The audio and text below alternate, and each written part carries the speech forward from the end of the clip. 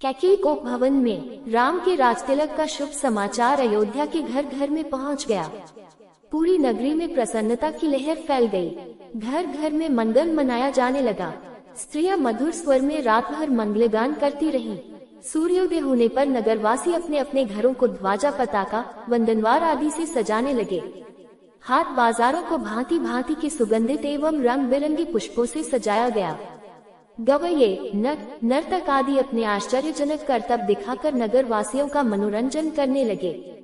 स्थान स्थान में कदली स्तंभों के द्वार बनाए गए। ऐसा प्रतीत होने लगा कि अयोध्या नगरी नववधू के समान श्रृंगार कर राम के रूप में वर के आगमन की प्रतीक्षा कर रही है।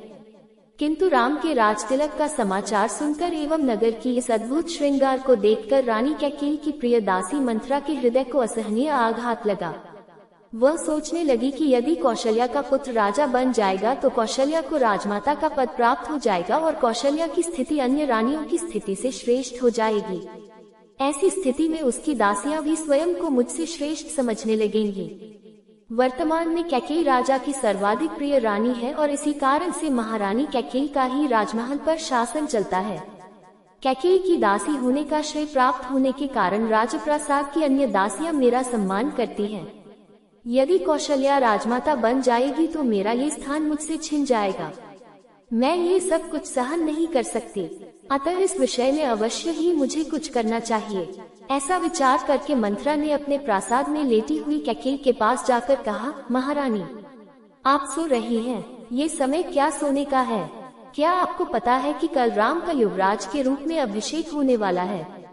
मंथरा के मुख से राम के राजतिलक का समाचार सुनकर कैकेयी को अत्यंत प्रसन्नता हुई। समाचार सुनाने की खुशी में कैकेयी ने मंथरा को पुरस्कार स्वरूप एक बहुमूल्य आभूषण दिया और कहा, मंथरे, तू अत्यंत प्रिय समाचार लेकर आई है। तू तो जानती ही है कि राम मुझे बहुत प्रिय है। इस समाचार को सुनाने के लिए तू यदि और भी जो कुछ मांगेगी तो मैं वह भी तुझे दूंगी। कैकेयी के वचनों को सुनकर मंथरा अत्यंत क्रोधित हो गई। उसका का तन बदन जल भून गया। पुरस्कार में दिए गए आभूषण को फेंकते हुए वो बोली, महारानी, आप बहुत नासमझ हैं। स्मरण रखिए कि सौत का बेटा शत्रु के जैसा होता है। राम का अभिषेक होने पर कौशल्या को राजमाता का पद मिल जाएगा और आपकी पदवी उसकी दासी की जैसी हो जाएगी। आपका पुत्र भरत भी राम का दास हो जाएगा। भरत के दास हो जाने पर आपकी बहू को भी एक दासी की ही पदवी मिलेगी। ये सुनकर कैकेयी ने कहा, मंथरा, राम महाराज के ज्येष्ठ पुत्र हैं और प्रजा में अत्यंत लोकप्रिय हैं। अपने सद्गुणों के कारण वे सभी भाइयों से श्रेष्ठ भी हैं। राम और भरत भी एक दूसरे को भिन्न नहीं मानते क्योंकि उनके बीच अत्यधिक प्रेम है। राम अपने सभी भाइयों को अपने ही समान समझते हैं, इसलिए राम को राज्य मिलना भरत को राज्य मिलने के जैसा ही है। ये सब सुनकर मंथरा और भी दुखी हो गई। वह बोली, किंतु महारानी, आप यह नहीं समझ रही हैं कि राम के बाद राम के पुत्र को ही अयोध्या का राज सिंहासन प्राप्त होगा तथा भरत को राज परंपरा से अलग होना पड़ जाएगा।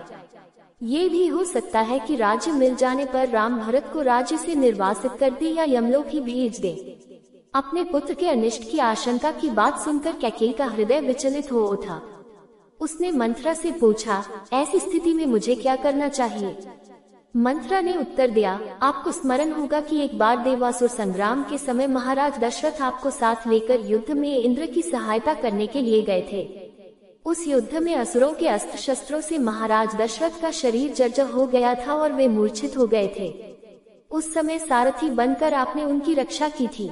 आपकी उस सेवा के बदले में उन्होंने आपको दो वरदान प्रदान किया था, जिसे कि आपने आज तक नहीं मांगा है। अब आप एक वर्ष से भरत का राज्याभिषेक और दूसरे वर्ष से राम के लिए 14 वर्ष तक का वनवास मानकर अपना मनोरथ सिद्ध कर लीजिए। शीघ्र आप मलिन वस्त्र धारण कर कोप भवन में चले जाइए। महाराज आपको बहुत अधिक चाहते हैं, इसलिए वे अवश्य ही आपको मनाने का प्रयत्न करेंगे और आपके द्वारा मानने पर उन दोनों वरों को देने के लिए तैयार हो जाएंगे। किंतु स्मरण रखिए कि वर मांगने के पूर्व उनसे वचन अवश्य ले ले, जिससे कि वे उन वरदानों को देने के लिए बाध्य हो जाएं। मंथरा के कथन के अनुसार कैकेयी कोप भवन में जाकर लेट गई।